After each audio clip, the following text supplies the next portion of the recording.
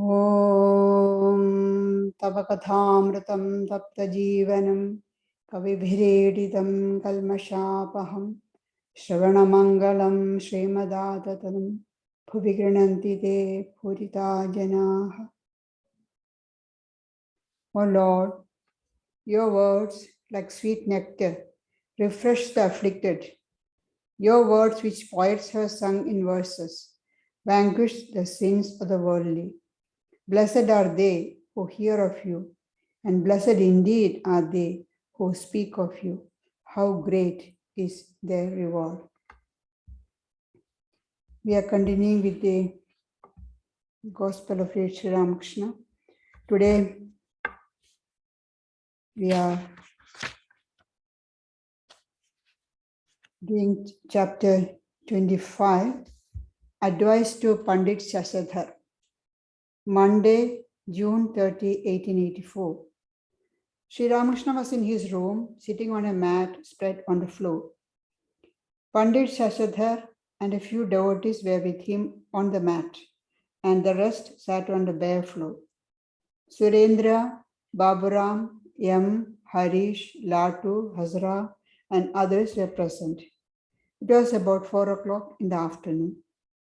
Sri Ramakrishna had met Pundit Shashadhar 6 days before in Calcutta, and now the Pandit had come to Dakshineshwar to visit the master.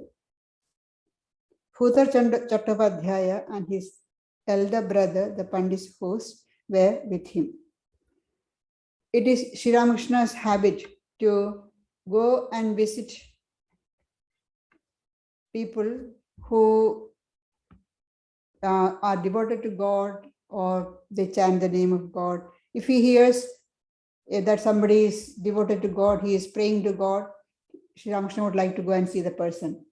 Even the person, complete stranger, doesn't matter. Often it is quite embarrassing to the people who take him. Like once Sri Ramakrishna wanted to meet a Brahmin in Bagbasa because he chants the name of God. So he asked Mathur Babu, and Mathur Babu took him there, and it happened to be a poor man. And these big people came, the Mathur Babu, a rich man, came in his big carriage, horse carriage. There was no place to make them sit. And Mathur was so embarrassed. Afterwards, he told him, Sri Ramakrishna, I won't listen to you, I won't take you. Another time, he went to see Keshav Chandra Sen with Hriday, his nephew.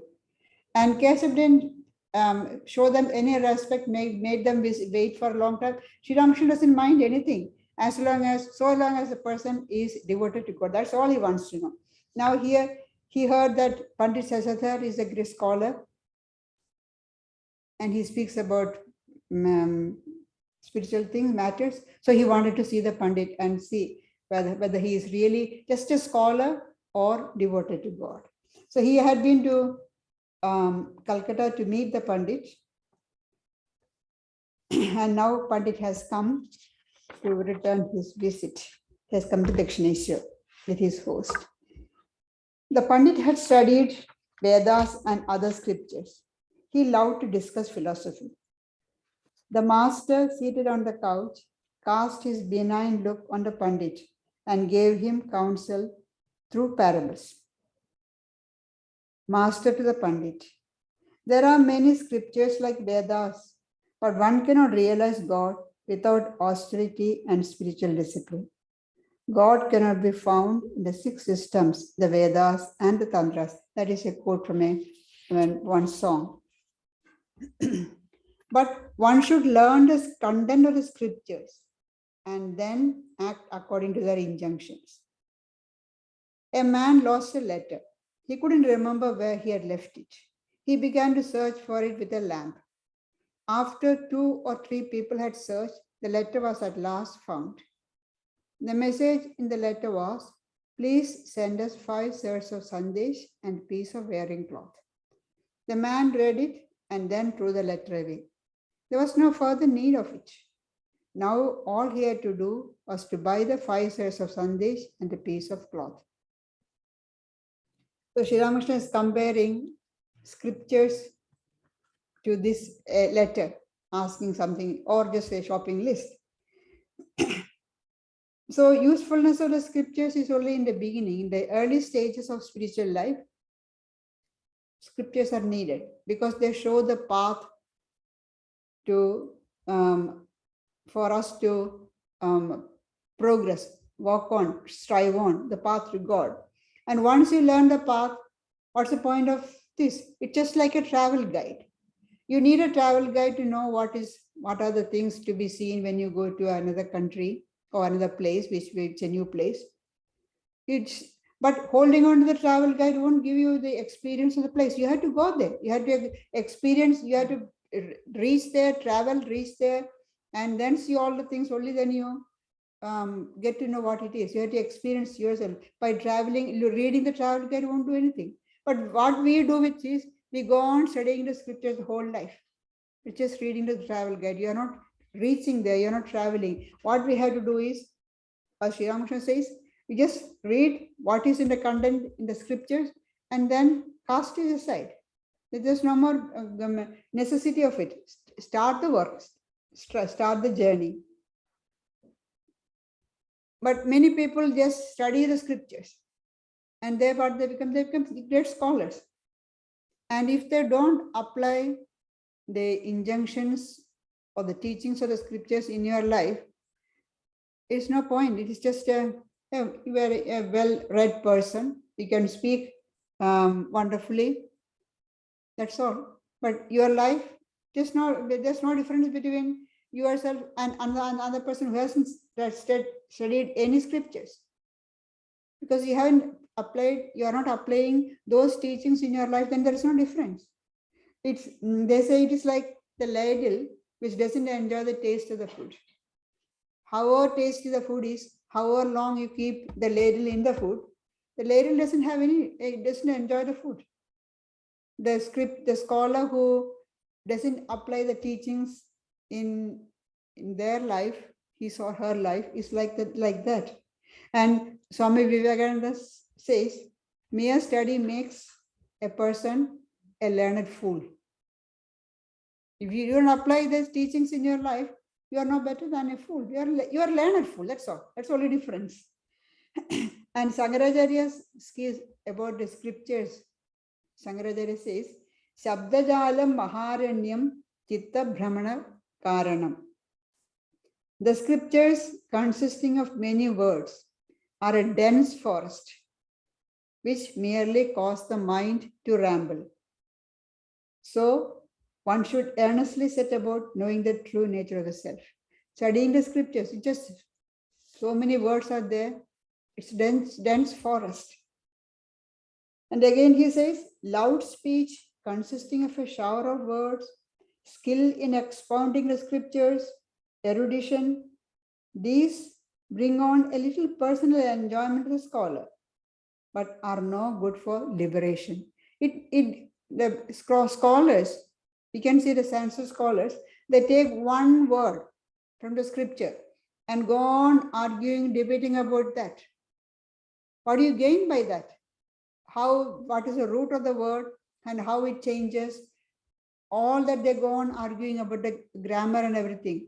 But you are not practicing what the scriptures say. No.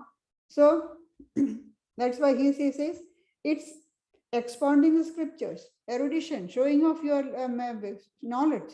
It's all for enjoyment of this scholar, but it doesn't lead to realization or liberation.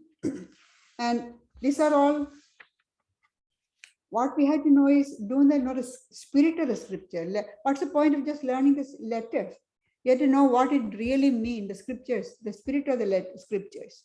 Otherwise, it is just like the donkey. That's a classic example. They say donkey carrying the library in the olden time. When they want to shift things from one place to another, or the scholars, when they travel, they used to carry their bundle of books. They put it on the back of the donkey, and then the donkey will be carrying. What does the donkey understand about the whole library it may be carrying? Does it make the donkey any wiser? The scholars who doesn't practice is just like that. They got all the information, but they are no better than a donkey carrying the books. So we should know the spirit of the scriptures. So Swami Vivekananda says the whole world reads the Bibles, the Vedas, and the Qurans, but they are only words, syntax, etymology, the dry bones of religion. They're not going to lead you to God realization at all. The Upanishad says even Vedas are lower knowledge. Last week we started the Mundaka Upanishad series. In that says even the Vedas are listed as lower knowledge. The higher knowledge is the knowledge of Brahman, knowledge of the self. That is the only true real knowledge. Everything else is lower knowledge. That's not going to lead you to freedom or liberation. Then Sri Ramakrishna continues. Better than reading is hearing. Better than hearing is seeing. One understands the scriptures better by hearing them from the lips of the Guru or the holy man. Then one does not have to think about their non-essential part. In the scriptures, so many things are given. When we are studying for the first time, we don't know what is the essential thing, what is the unessential thing, which don't have to give too much importance. So that is why hearing is important. Hearing is better. When you read everything because you don't know which one to pick and which pick and choose. We don't know. So whereas when you hear from a holy person or the teacher knows what is important, what is good for your spiritual life. So they will be pointing out those facts. Then one doesn't have to think about the non-essential parts. Like if you look at the Upanishads, there are so many things which are non-essential. Like, for example, in the beginning, they may give the highest truth and then come back to the non-essential ones, taking the seeker step by step forward. They are non-essential, but if you keep importance to that, if you hold on to, or harp on that, you're simply wasting time. You don't know because you don't know, you keep on looking, studying, spending too much time on that. But if you are hearing from a holy person or the Guru, then they will give importance to the essential part only. But seeing is far better than hearing. Then all doubts disappear. You hear, but it's not real for you unless you see it directly. It is true that many things are recorded in the scriptures, but all these are useless without the direct realization of God, without devotion to his lotus feet, without purity of heart. See, to get realization of God, Sri Ramakrishna says devotion to his lotus feet, devotion to God, purity of heart. With these, if we have got purity of heart, if you have devotion to God, then following this instructions of the teacher, you do the practices, you will realize God. And that is the real purpose of the scripture. Then all doubts disappear.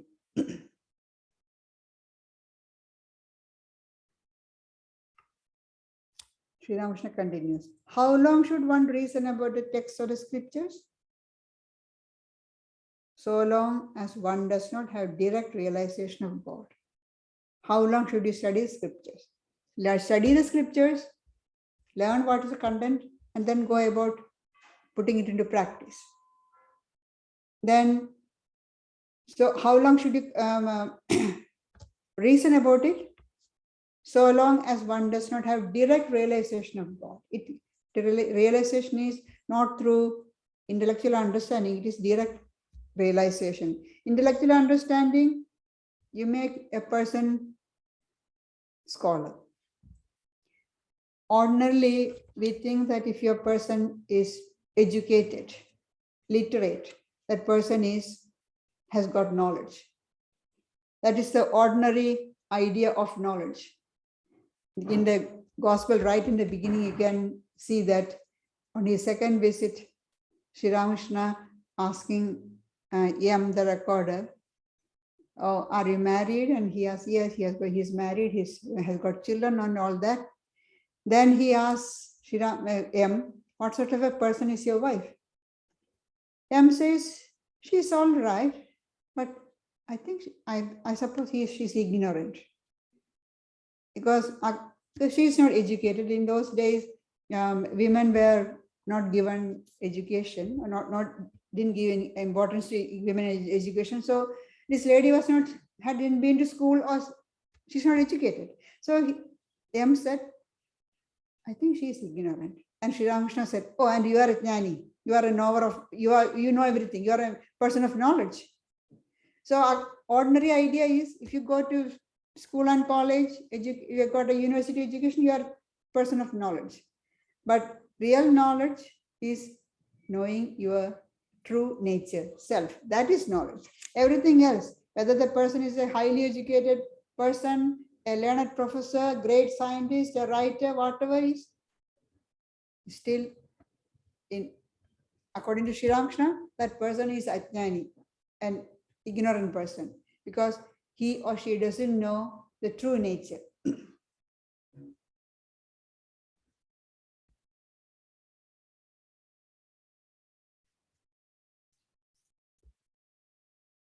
But you must remember another thing. One may talk, how long does one reason about the scriptures? So long as one does not have direct realization of God. How long does the bee buzz about? As long as it does not sit on the flower. Going, buzzing, and then once it sits on the flower, it's silent. It's gone, sucking the honey. It doesn't buzz anymore. No sooner does it light on a flower and begin to sip honey than it keeps quiet. But you must remember another thing. One may talk even after the realization of God, but then one talks only of God and divine bliss. It is like, you can notice that a bee makes an indistinct humming sound after having sipped the honey from the flower. After sipping, when it is sipping, it is quiet. But then once it has finished sipping, again it may make sound, it may hum. So, as Sri Ramakrishna is saying, a person who has realized God may talk afterwards, but that person will be talking only about God. Whatever his conversation is connected with God. That you can see in the gospel here. Sri Ramakrishna, even his jokes, making imitation of mimicry, everything is connected with God. He cannot speak anything without unconnected with God, nothing. It doesn't come out. The jnani reasons about the world through the process of neti, not this, not this. Reasoning in this way, he at last comes to the state of bliss, that is Brahman. What is the nature of a jnani? He behaves according to scriptural injunctions. The jnani reasons about the world through the process of neti. Everything he reasons. Whatever I'm seeing is not Brahman. Whatever I'm touching is not Brahman. Whatever I'm hearing is not Brahman. Now it comes to the body. My body, my body is not Brahman. My mind is not Brahman. This is not real. Reasoning out like this is a process of called neti, not this, not this. What Brahman is cannot be said. It cannot be described. So all you can say is what Brahman is not. So that is the process of neti, the reasoning that the person who following the path of knowledge adopts. Reasoning in this way, he at last comes to the state of bliss, that is Brahman. At last, he comes to the state where he cannot say what it is, because he becomes that. Just like the bee sitting there becomes silent. He cannot say what it is, because Brahman is a state which is beyond words, beyond the mind. So the Upanishad says, Eto vacho nivartande aprapya manasa sahaji. It comes back, the mind and the words come back, cannot express it. So it becomes silent. The person becomes reading, knowing, or reasoning, not this, not this, not this, at last reaches the state of bliss and then becomes silent. Then Sri Ramakrishna is saying, what's the nature of the jnani? How does he behaves according to scriptural injunctions? The scriptures say you have to do this, you have to do that. He follows all those injunctions, following this. But there is a state higher than that. That's why he's leading, Sri Ramakrishna is leading to that. But the nature of the Vijnani is different. He is unconcerned about anything. Perhaps he carries his wearing cloth loose under his arm like a child. See, that Jnani, the knower, or who is following the path of knowledge, reasons not this, and has at last reached the attained Brahman. But Vijnani has got is his higher state. There, while Jnani follows the scriptural injunction in his behavior, day-to-day life, the Vijnani is beyond the injunction of the scriptures. He doesn't follow any of those rules.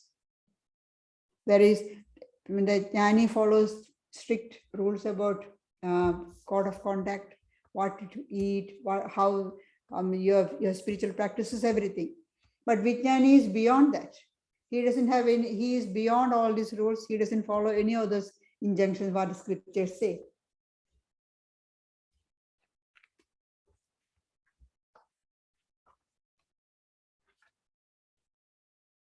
The man who knows that God exists is called a jnani.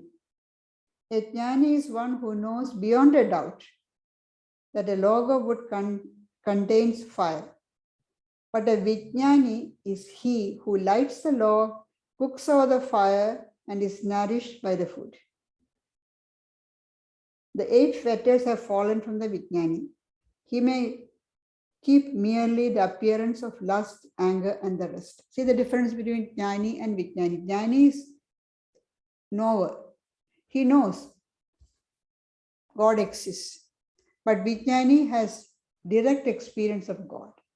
He very close personal experience of God. That is Vijnani. Sri Ramakrishna gives the example. A Jnani is the one who knows without a doubt that the log of wood contains fire. We have got that knowledge.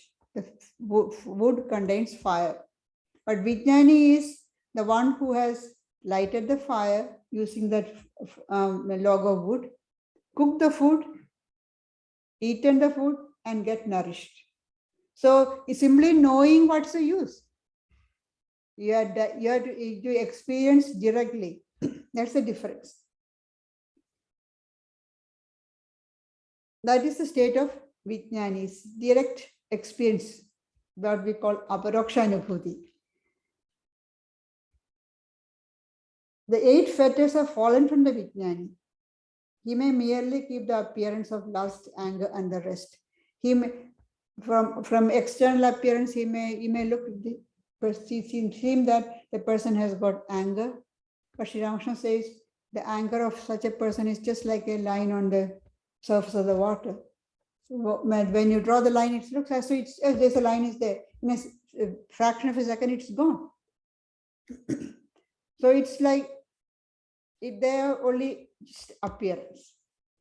Then the Pundit quotes, when he says, Sri Ramakrishna said the 8 fetters are broken. The Pundit quotes from the scripture saying, the knots of the heart are cut asunder, all doubts are destroyed. Bhidyade hriday granthi chidyande sarva samsyaha. From the Upanishad, the Pandit is quoting. Sri Ramakrishna continues. The Vijnani always sees God. That is why he is so indifferent about the world.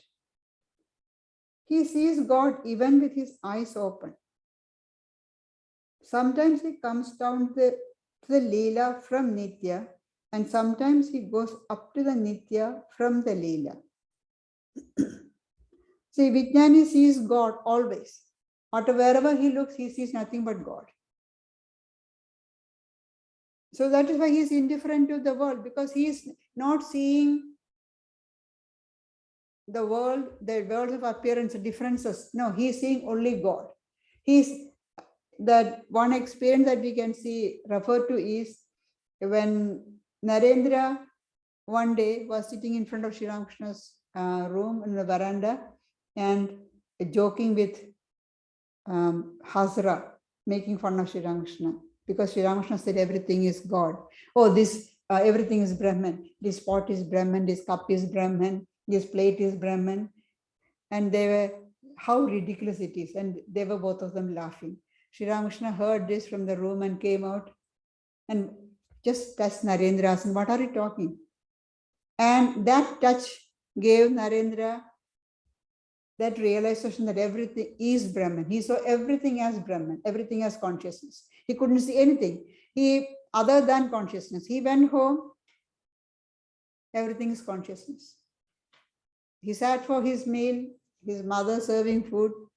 He's seeing consciousness in mother, in food.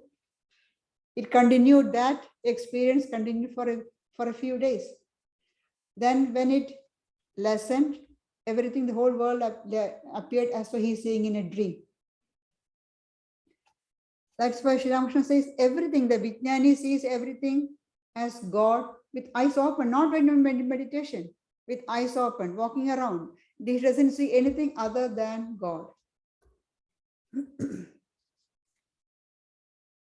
That is why he is so indifferent about the world. He sees God even with his eyes open. Then Sri Ramakrishna comes to another point. Sometimes he comes down to the Leela from the Nitya, and sometimes he goes up to the Nitya from Leela. This is talking about the state of the Vijnani. Now, what is Nitya and Leela? Nitya is the state where being absorbed in Brahman, formless, attributeless Brahman, that is being absorbed in that is Nitya. And Leela is the aspect of Brahman with qualities. When you realize that absolute has become the universe and the living beings, everything, that is the state of Leela, or what to say, personal God, or play of God, one can say. God with attributes, Saguna Brahman. So Sri Ramakrishna says sometimes he comes down to the Leela from Nitya, the Vijnani who is seeing Brahman everywhere with eyes open. Sometimes he comes down to the ordinary level and see everything separately. And then he come to the Leela level, seeing everything as play of God, as God has taken all these forms. And sometimes he remains immersed in Nitya. From Leela he goes up to state of Nitya, where he sees only that formless, attributeless Brahman. Pundit, I don't understand that. The Pundit has maybe have read in his scriptures, but he had never had direct contact with a person who has experienced it. And Sri Ramakrishna is speaking from his personal experience. There's a big difference from as Sri Ramakrishna said earlier, is better than reading is hearing, and better than hearing is seeing. Here, the Pandit is hearing from Sri Ramakrishna and also actually seeing Sri Ramakrishna in his different states of Samadhi and everything. So he is saying, I don't understand that, Sri Ramakrishna, Master. The Jnani reasons about the world through the process of neti, and at last reaches the eternal and indivisible Satchidananda. Not this, not this. This is the universe is not Brahman. What I see is not Brahman. The body is not Brahman. Mind is not Brahman. Buddhi is not Brahman. Go at last reach that absolute bliss. Eternal, indivisible Satchidananda.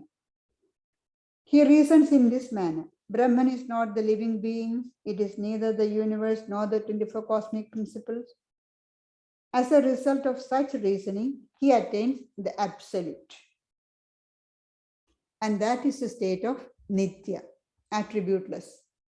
formless, qualityless, impersonal Brahman, impersonal aspect of God. Then he realizes that it is the absolute that has become all this. The universe, its living being, and the 24 cosmic principles. Once you reach that stage, through reasoning or not this, he realizes that itself, that absolute formless, attributeless aspect is what is all, everything that we see. That absolute has become all this, the universe, the living being, and the 24 cosmic principles. So its absolute reality is on one hand attributeless, formless. On the other hand, it is with attributes, with form.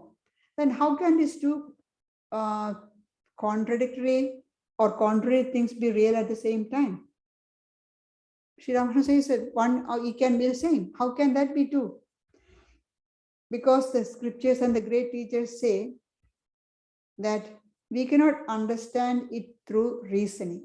We try to reason it out through our intellect, our mind and intellect. But this is a state which is beyond mind and intellect. It cannot be understood through reasoning. Reasoning is valid as far as the world is concerned. The things in this world, we can reason, we have to reason. Instead of simply believing, without reasoning, we have to reason out. The reasoning is valid there.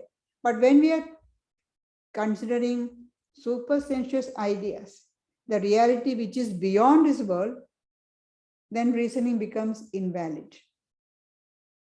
Only the direct experience is valid there. And the great teachers have direct experience. Sri Ramakrishna had that direct experience. That's why his words go straight to the heart. There's in the as Pundits said earlier, the knots of the heart are cut asunder, the outside destroyed. He can directly give that experience. And another example here Sri Ramakrishna gives is the person climbing the staircase to reach the terrace. When the person is climbing, they say, oh, this is on each step, say this is not the terrace, this is not the terrace, this is not terrace. And then at last reaches the terrace.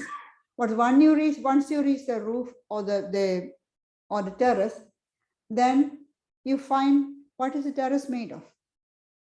Brick, mortar, everything is there. And what are the steps made of? The same material. That's two different, the stage of the Jnani and the state of Vijnani. The Jnani is climbing up the steps saying, this is not Brahman, this is not Brahman, this is not Brahman. Then the Vijnani is saying, well, everything is Brahman. What I denied earlier, that is also Brahman, the universe and the everything in the living beings, 24 cosmic principles, everything is nothing but Brahman. That's the state of Vijnani. Sri Ramakrishna is continuing. The milk sets into curd and curd is churned into butter. After extracting the butter, one realizes that butter is not essentially different from buttermilk and buttermilk not essentially different from butter. If there is butter, there must be buttermilk also. If you think of butter, you must also think of buttermilk along with it. For there cannot be any butter without buttermilk. Just so, if you accept the Nitya, you must also accept Leela. There's two different states. One is formless aspect, one is with form. If you accept Nitya, you must also accept Leela. This is the process of negation and affirmation. You realize Nitya by negating the Leela. The universe is not Brahman, the 24 cosmic principles are not Brahman, the living beings are not Brahman. Everything negate, neti, not this, not this. And you reach Nitya, the absolute. Then you affirm the Leela, seeing in it the manifestation of Nitya. One attains this state after realizing reality in both aspects, personal and impersonal. Sri Ramakrishna had reached that absolute state, and then he is holding on to the Leela to live in the world. Otherwise, he won't be able to help people. He'll be remaining in Samadhi. If the person is remaining in Samadhi all the time, what's the point of the God taking a human form? His aim, his purpose of that manifestation is to help sincere souls on the path of spirituality, on God, to reach them, lead them to God realization. So he has to come down. So he often we can see here in the gospel when he is in Samadhi, as he comes down, he says, Mother, don't make me unconscious with Samadhi. I want to talk to the devotees. He wants to remain in a state of Leela. One attains the state after realizing reality in both aspects, the personal and the impersonal. The personal is the embodiment of Chit, consciousness, and the impersonal is the indivisible Satchidananda. Brahman alone has become everything. Therefore, to the Vijnani, this world is a mansion of mirth. It's Brahman, nature of Brahman is bliss, existence, awareness, bliss. So Brahman is bliss. So the Vijnani sees everything as bliss. But to the Jnani, it's a framework of illusion.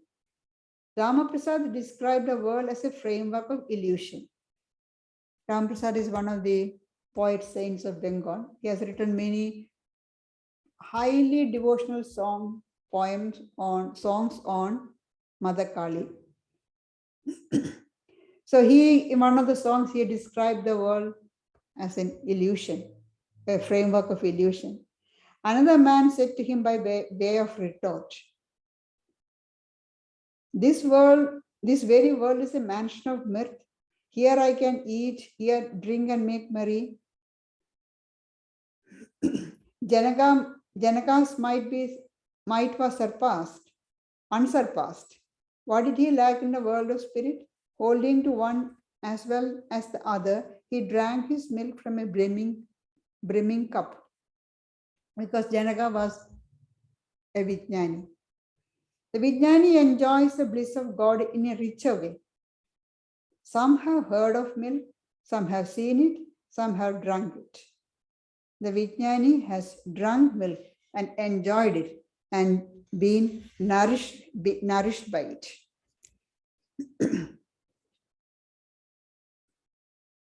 Master to the Pandit. Let me tell you something. There are three kinds of ananda, joy. The joy of worldly enjoyment, the joy of worship, and the joy of Brahman. The joy of worldly enjoyment is the joy of woman and gold, which people always enjoy. The joy of worship one enjoys while chanting the name and glories of God. And the joy of Brahman is the joy of God vision. After experiencing the joy of God vision, the rishis of olden times went beyond the rules and conventions.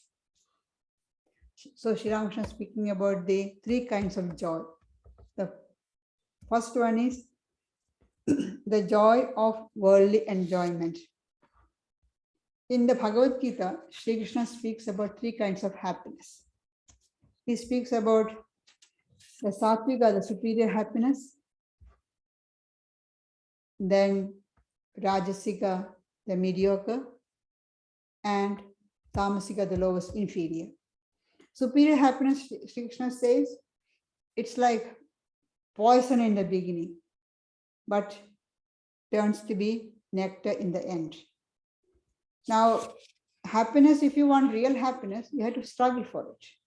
You have to put a lot of effort. So that effort, that work, hard work, is like poison. Now, we don't want to do any hard work. We want just happiness. So it is like, because we have to work hard for that happiness, it's like poison. But once you reach that, gain it is like nectar. The second one, the mediocre Rajasic happiness, is, Sri Krishna says, it comes from contact with the sense objects with the sense organs, and it's like nectar in the beginning, but poison in the end. That we can say all the enjoyment of worldly enjoyment is belong to this mediocre Rajasika, and also some to Tamasika also. Tamasika happiness is, Sri Krishna says, the beginning and end is full of confusion and delusion.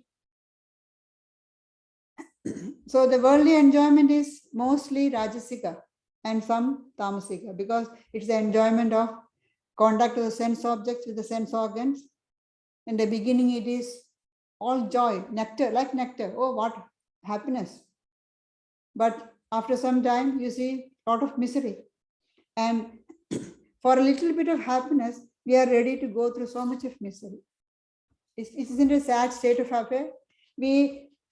Pure happiness is there if you work a little towards that in the beginning, but we don't want. We want happiness straight away and then suffer for a long time. That is worldly enjoyment. The joy of worldly enjoyment is the joy of woman and gold, which people always enjoy. Then the next one is joy of worship. One gets by performing worship, chanting the name and glories of God, all that. That's a higher type of joy. Few people do that. Those who are really into spiritual life. Not I don't mean religious life, but those who are into spiritual life, they enjoy that type of joy, the joy of worship. The highest one is joy of Brahman, the joy of God vision. After experiencing the joy of God vision, the rishis of olden time went beyond all rules and conventions. The joy of Brahman, they get absorbed into that. That scriptures say, the knower of Brahman becomes Brahman. It's because Brahman is not an object of known, as we know something. Because the knower becomes Brahman. You cannot, there is no two, it's only one. So what happens? You become Brahman. You cannot know Brahman. You become one Brahman. You realize that you are one with Brahman. That's it. Then, and what's the nature of Brahman? They say it's bliss. So when you realize that your identity with Brahman, you become full of bliss. That's the highest joy, joy of Brahman. Chaitanya Deva used to experience three spiritual states: the inmost, the semi-conscious, and the conscious. In the inmost state, he would see God and go into Samadhi. He would be in the state of Jata Samadhi. In the semi-conscious state, he would be partially conscious of the outer world. In the conscious state, he would sing the name and glories of God. Sri Ramakrishna is talking about Chaitanya, but you can see in his own life these three states. Often, Sri Ramakrishna will be, often we can see here in the gospel, they're having devotional singing going on, and Sri Ramakrishna goes into Samadhi. Motionless, seated, or even standing, without any movement, not even breathing. That's Jata Samadhi. His mind has completely absorbed in God, completely unconscious of the outer world, no sign of life, nothing. Then when the mind comes down little to a normal level, partially conscious, then he dances. He partially conscious of the outer world. And then when they fully become conscious of the outer world, then he will be joining the devotees in the singing, loud singing, you can see. So what he describes about Chaitanya He's actually describing his own state. Master to the Pandit. What is Samadhi? It is the complete merging of the mind in God consciousness.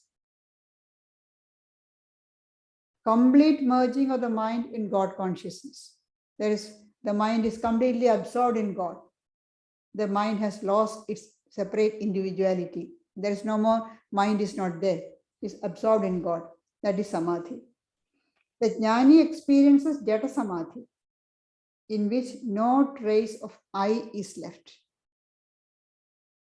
We always find I. You ask any person, who are you? I am so and so. I is there. But in the Jnani, in Jata Samadhi, the I is completely gone. The Samadhi attained to the path of Bhakti is called Chaitanya Samadhi. In this Samadhi, there remains the consciousness of I, the I of the servant-master relationship, of lover and beloved relationship, of the enjoyer and food relationship. God is the master, the devotee is the servant. God is the beloved, the devotee is the lover. God is the food, and devotee is the enjoyer. I don't want to be sure, I don't want to be sugar, I want to eat it. That's the state of the Chaitanya Samadhi, one who experiences Samadhi through the path of devotion, bhakti. See, in that state, the I is there. The sense of ego is there. But that ego is not binding. Sri Ramakrishna further explains that. That ego doesn't bind because that ego says, I am a devotee of God, I'm the servant of God, I'm a child of God. In this Samadhi, there remains the consciousness of I. The I, what sort of I is that? The I of the servant and master. God is master, I am the servant. Of the lover and beloved. God is the beloved, I am the lover. The enjoyer and the food. God is the food and I am the enjoyer. So there's no separate, I is separate there because it's a personal aspect of God. We are a path of devotion. Where in the path of knowledge, I is completely lost. And in that state, in this path of devotion, the devotee does not want to become Brahman. He wants to keep his separate entity so that he can enjoy love of God. That's why he says, I don't want to be sugar. I want to eat it. If you become sugar, how can you won't be enjoying sugar? I want to enjoy God. That's why Sri Ramakrishna often says, when he is going into Samadhi, he says, I don't want to be lost in Samadhi. I want to enjoy with the devotees, love of God. God keeps a little of the I in his devotee, even after giving him knowledge of Brahman. That I is the I of the devotee, the I of the Jnani. Through that I, the devotee enjoys the infinite play of God. Then the doubt may come, if the person has already realized God, why should the I remain there? God can do, if you, even after realizing Brahman, you can have that I separate. Keep the I. God, if God wants, he can keep the I, a little bit of I, to enjoy the God, love of God, or keep the eye of knowledge to teach others. Shankaracharya had the eye of knowledge because he was born for a mission. So even after realizing his identity with Brahman, having attained knowledge of Brahman, a realization of Brahman, he kept that eye so that he can teach people, guide people.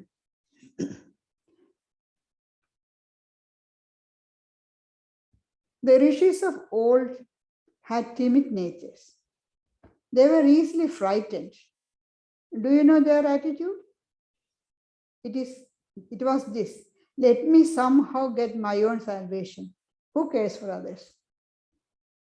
A hollow piece of driftwood somehow manages to float, but it sinks if even a bird sits on it. But Narada and sages of his kind were like huge log that not only can float across to the other shore, but can carry many animals and creatures as well. A steamship itself crosses the ocean and also carries people across. The sages, Sri Ramakrishna said they were very timid. They wanted their own salvation. They were not worried about others. Somehow I want to get salvation. I want to realize God. But there are other sages who were huge, like huge steamship, who can take thousands of people across. Whereas ordinary sages were like a small twig floating on the water. If just a small bird sit on it, it will sink. But sages like Narada were huge steamships. Once, Sri Ramakrishna asked Narendra, what do you want? Narendra said, I want to remain absorbed in Samadhi for days together, and once in a while coming down to ordinary consciousness, just to eat something to keep the body going. Sri Ramakrishna took him to task. What a small-minded person you are.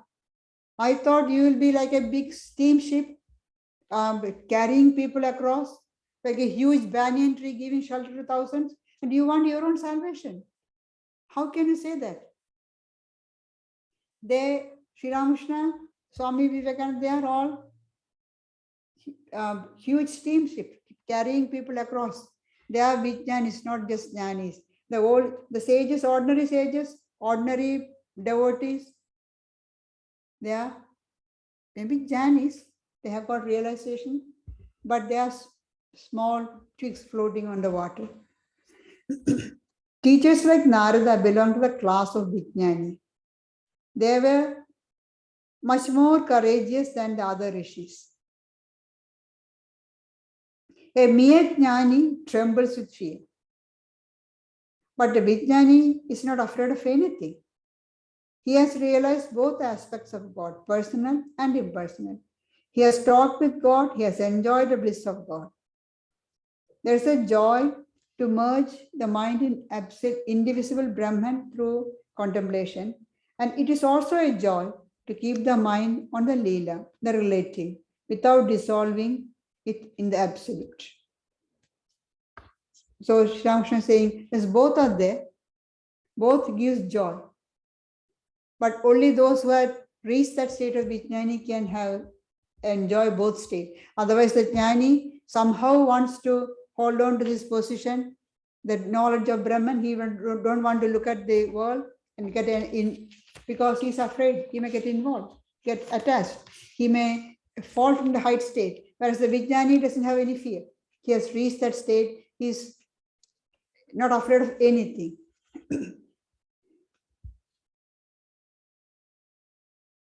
So he says that Vijnani has got this attitude, joy to merge the mind in indivisible Brahman, and it's a joy to keep the mind on the Leela, the relative, without dissolving in the absolute. Both can be enjoyed by the Vijnani. Thank you. We'll continue next time.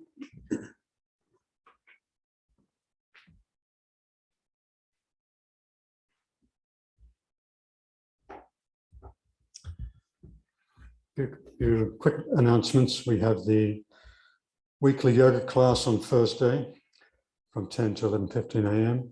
We have the fortnightly Bhagavad Gita discussion on Friday night from 7 here with silent meditation, and also people can join via Zoom from 7:30, and we'll continue our study of chapter 7 of the Gita.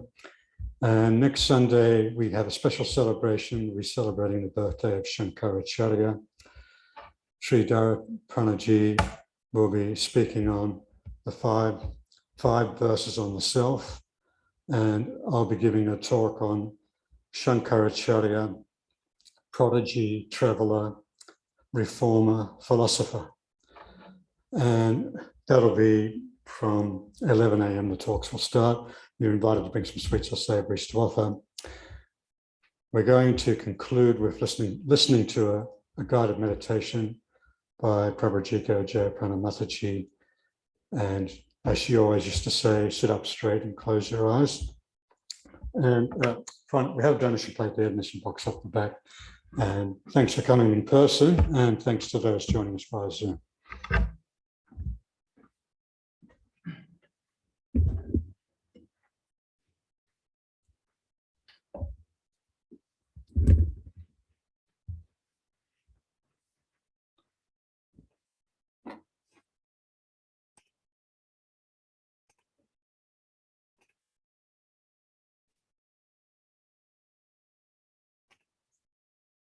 I know in my inmost depths that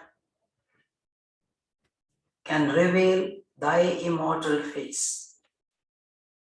Thou art seen only in thine own effulgence, yet with yearning hope in my heart, I keep my little altar lamp day and night, burning, burning.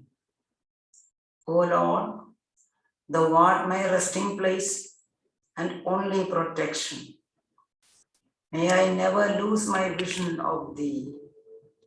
May I never give way to sorrow or despondency. May I remain undaunted and unfaltering in my spiritual life. O thou supreme reality, master and ruler of the universe, soul of all souls, I lift my heart to thee as I offer myself at your sacred altar for a few seconds in silence. Please be gracious enough to accept my humble offering. Fill my being with spiritual blessings. May the baser instincts within me be transformed into sublime, pure aspirations at thy benign touch. May thy blessed presence kindle within me a more fervent flame of love and adoration. May my heart be filled with thy divine essence, and may my understanding be unfolded so that I be filled with thy spiritual illumination. Words are more powerful than deeds, and thoughts are more powerful than words. As things grow subtler and subtler in nature, they grow stronger and stronger.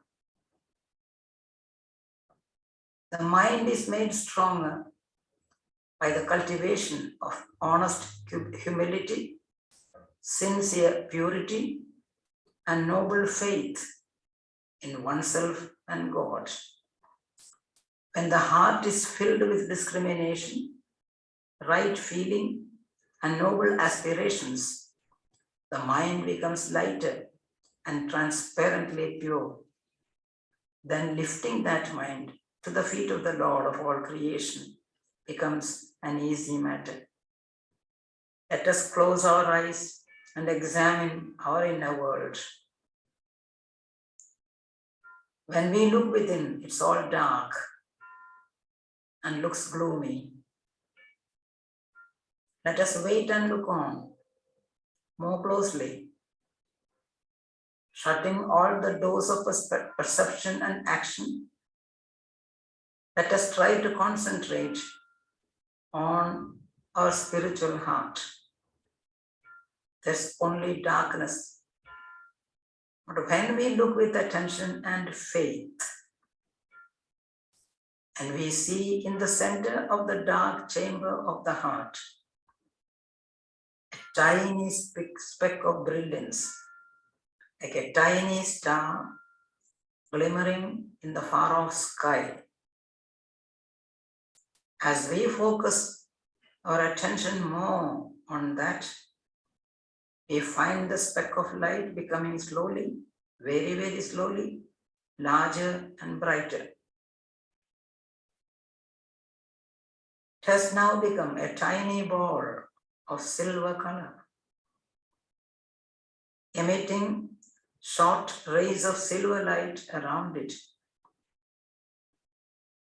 As we continue to look closer, you see the little ball growing and growing into a big ball of sheer luminosity. It's not a mere star-like effulgence. Inside the radiance, we see the outlines of a beautiful lotus. Just think of that. As we go on concentrating on the heart, a little speck of light that we saw in the beginning grows in size. It has become a beautiful silver star.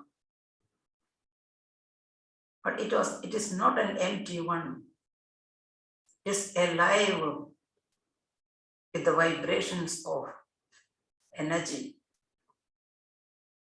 Inside that star, we see a lotus. That lotus signifies the yearning of our heart. It symbolizes the pure love and adoration that we have for the vision of the Lord. And as we go on concentrating, we can see in the center of the lotus a golden flame. Think of the picture. A large silver star, inside which is a beautiful lotus, in the center of which is a wonderful flame standing upright. They are not still, but they are not moving. They are vibrant with energy, vibrant with the life energy of God, vibrant with the life energy of the universe, vibrant with the life energy of our own existence. The whole heart is full with the effulgence. And we can feel, if we pay attention, we can feel the vibrations tingling through our whole body, just coursing gently through every part of our body. The power of the Lord's energy, the power of our own existence, calm, cool vibrations, living. Just that, a beautiful silver star,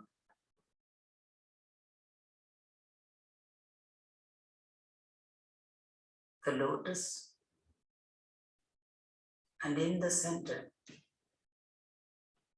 the golden flame.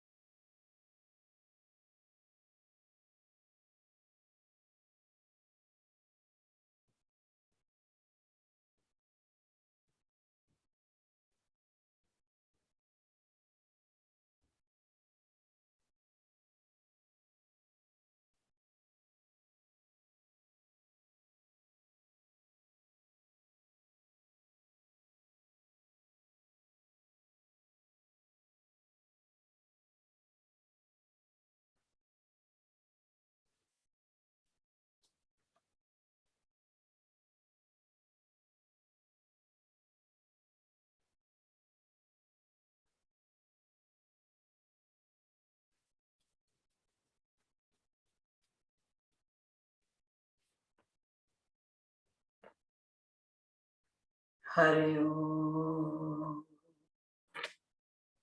Shanti, Shanti, Shanti. Peace, peace, peace.